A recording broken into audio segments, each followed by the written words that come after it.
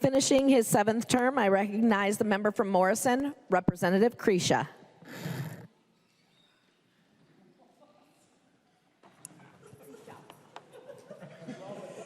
Get comfy, boys. So, as with most things my family knows, I have no idea where this speech is going to go. I don't know where it's going to end, and you're just going to be along for the ride, so let's just see how this goes. A couple of housekeeping items. Leader Niska, thank you, because my idea for Sine Die was the right thing in March, and you finally made that happen. And to Chris McCall, who pointed out, yes, I do have the ability to go up to midnight, and we'll see how this goes today. So, Madam Speaker, I rise to give my final speech on the House floor.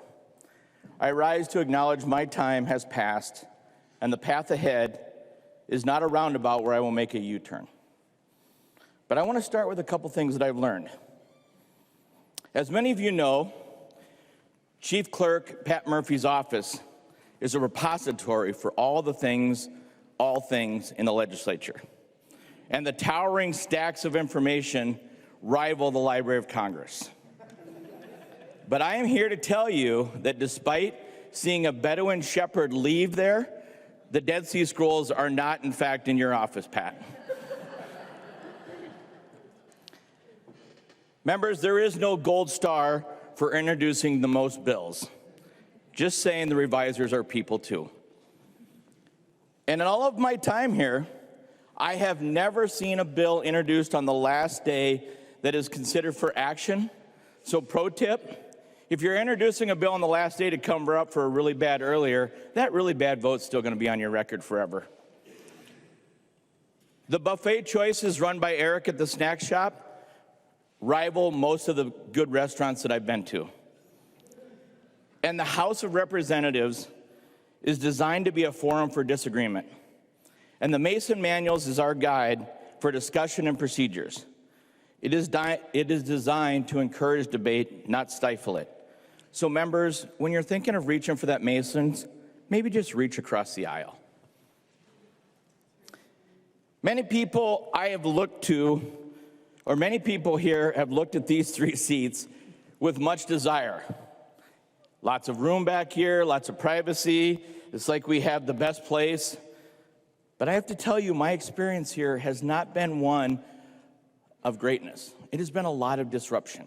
You see, I'm an incredibly serious and focused individual who speaks a lot, sometimes 2 or 3 times on every issue.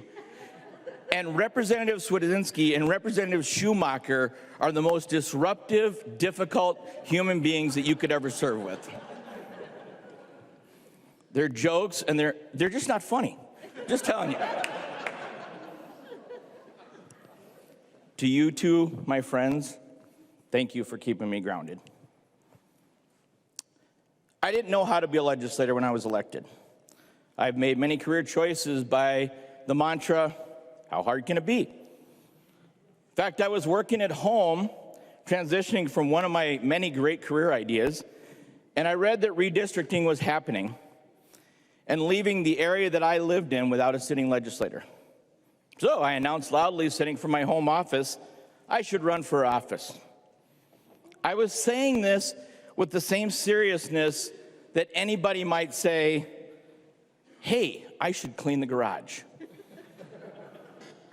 My wife, the smart, good-looking one in the relationship, said, yes, you should do that. What I heard was, yeah, good luck with that, rock star. Remember how you promised to clean the garage? And I said, well, I will. I fired off an email to the local newspaper.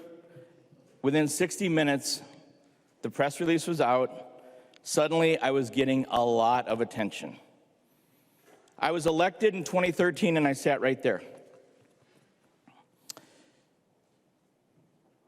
And I thought to myself, how hard can it be? This is one of the most challenging, emotional, exhausting, disappointing, and rewarding endeavors I've ever taken on. But one lesson I learned quickly is best summarized by one of my favorite authors, David Brooks. Success leads to the greatest failure, which is pride. Failure leads to the greatest success, which is humility. And learning, in order to fulfill yourself, you have to forget yourself. Members, I'm not special, nor should I ever consider myself more than a member of 134 at any given session. I would love to tell you about the accomplishments I did, but I didn't do those. It was the will of the body. And I carried ideas that were here many, many times before me. Serving the legislature should be an exercise in public service and sacrifice. We have all complimented the nonpartisan staff for the work they've accomplished and the manner in which they conduct themselves. To date, I am not aware of any ethics complaints against any nonpartisan staff. My education team interaction with Mr. Strom, Ms. Para, and Ms. Beckel have always 100% of the time been knowledgeable, accommodating, and immensely professional. No matter the issues or the questions, these individuals always treated us members with respect and patience. They were present in the moment, and they always set themselves aside. I'm sure they have opinions, and I'm sure the fatigue and emotions affect them. But despite the labor laws they have broken time and time again, they give us a great example to follow. They always set themselves aside and never ask for credit. In the House of Representatives, we too often make this about ourselves. I don't ever see nonpartisan staff checking their hair and their iPad before they do a video. I don't ever see them coming up with the best zinger lines. Instead, they do their darndest to make us look good.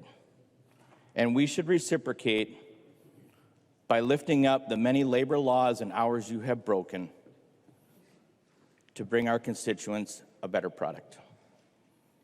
My friends, pride blinds us to the reality of our divided nature. Pride blinds us to our own weaknesses and misleads us into thinking we are better than ourselves. Pride deludes us into thinking that we are above reproach. We are the authors of legislation that affect other people, and the greatest accomplishments we have is to make a difference for someone else. So today, I am fortunate enough to give my retirement speech. I have listened to many speeches in the past from people who I have immense respect, and I've always wondered what this moment would be like. It's interesting. I am lucky to stand on the shoulders of previous members like Representative Joe Hoppe, who taught me to pass good legislation and not peddle legislation. Representative Sarah Anderson, who sat next to me in my first session, who always helped me bridle my enthusiasm and to be deliberate. And many times as I was getting ready to vote, my family and my daughters who were watching all the time would text in and say, "Dad, we don't care how you're going to vote. How's Representative Anderson going to vote?" Representative Davids, who reminded me of the power of forgiveness. Former Education Chair Jen Loon, who showed me that calm and cool is powerful. And Roger Erickson, my first DFL roommate, he sat in the back row, I sat over there, and we got to know each other in committee. And the reason Representative Green and Representative Vernig and others that I say we shouldn't sit next to each other in committee, because Roger and I would sit next to each other. We'd sit down in committee, and he would hand me the salmon sheet. I would hand him my sheet.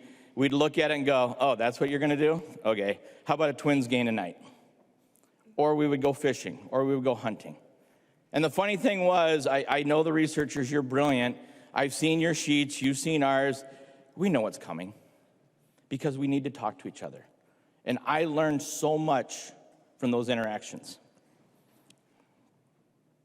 The bigness of this place has taught me that humility is a raw reminder that being human is about enduring struggles, and recognizing my weaknesses leads to strength.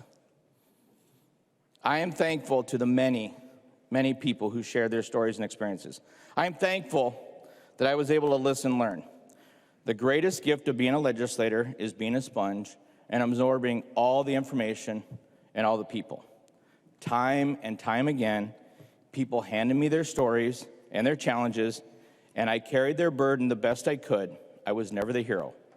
I was simply a ferry pilot who helped them get from one side of the river to the other. And to those travelers that I ferried, they paid me by leaving a little bit of themselves with me that allowed me to be a better person.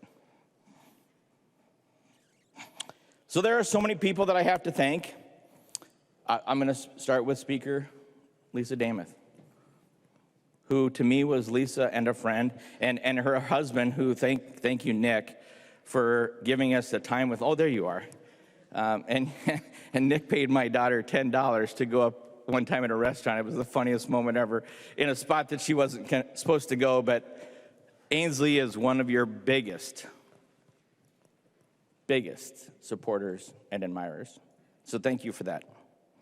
And thank you for allowing me to be an education chair, because frankly, if you knew my past, you would have never had to take me off committee, because you would have never put me on committee.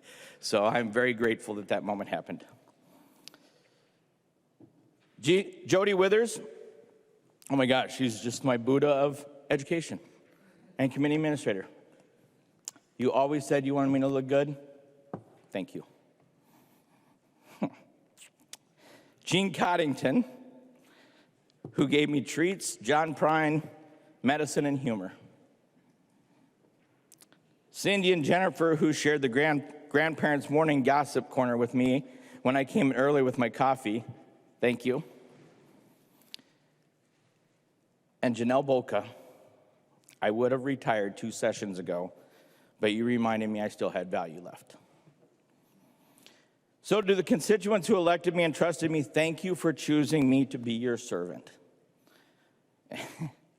And by the way, if the Irishman up front wasn't so astute with voice recognition, one of my daughters would have been able to do a proxy vote during COVID.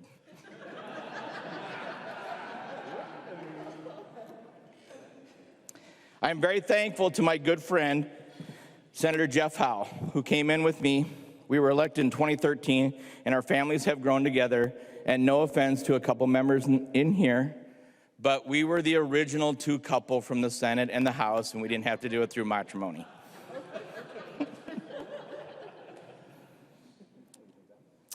Finally, to my wife, Wendy, and my children, Alexander, Amelia, Eliza, Ainsley, thank you for the support you have given me.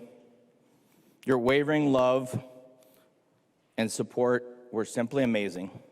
You lifted me up when I needed a hand, and you pulled me back down when I got ahead of myself. And yes, we will run away, my first wife and I, and we are going to do amazing things. To the loyal opposition, Chair Joachim and all my education members, yes, we fought, we talked, we agreed, we disagreed. I wish that we'd had a little earlier time as we worked things out a couple sessions ago, because I think we were really, really pulling it all together, and there's amazing work to be done. So members, leaving the harbor is scary, but I am so looking forward to the next opportunities. Thank you.